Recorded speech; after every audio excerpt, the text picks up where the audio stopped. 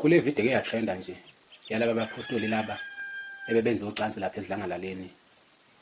Nami ngithi angidlulise nje ukuphawula kwami. Ngiyaxolisa ukuveza ukuthi lokho kwenzeke kubona angibadabukeli.